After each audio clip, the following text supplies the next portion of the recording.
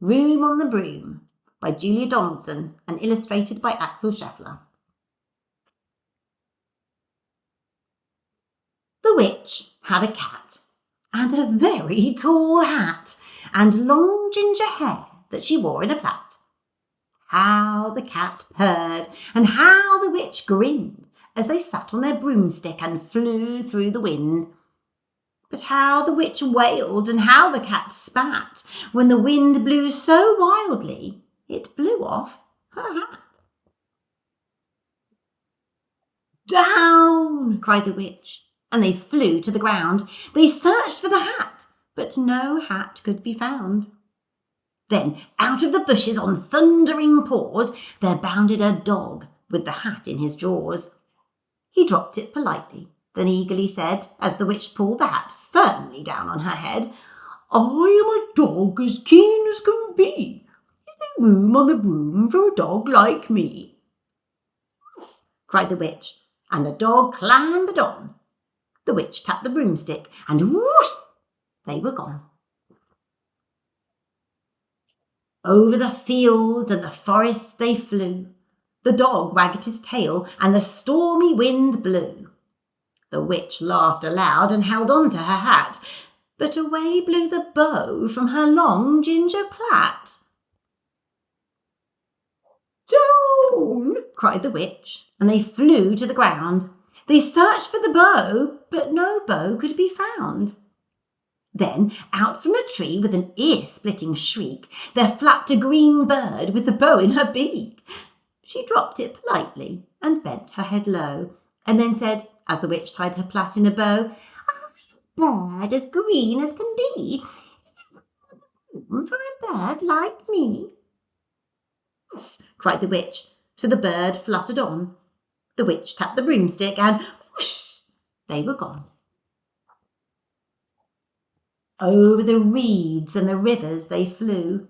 The bird shrieked with glee, and the stormy wind blew. They shot through the sky to the back of beyond.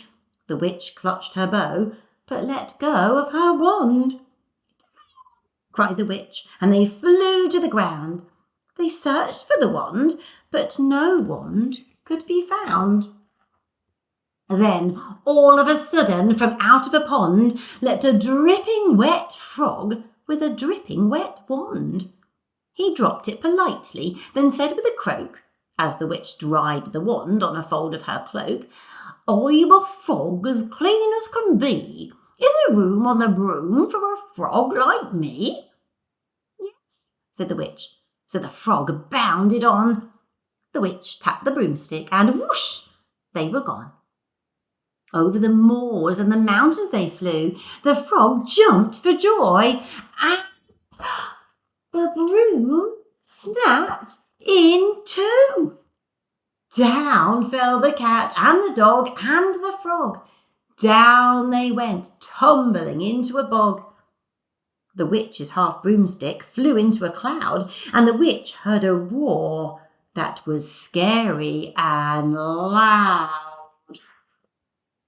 "I am a dragon as mean as can be, and I'm planning to have witch and chips for my tea."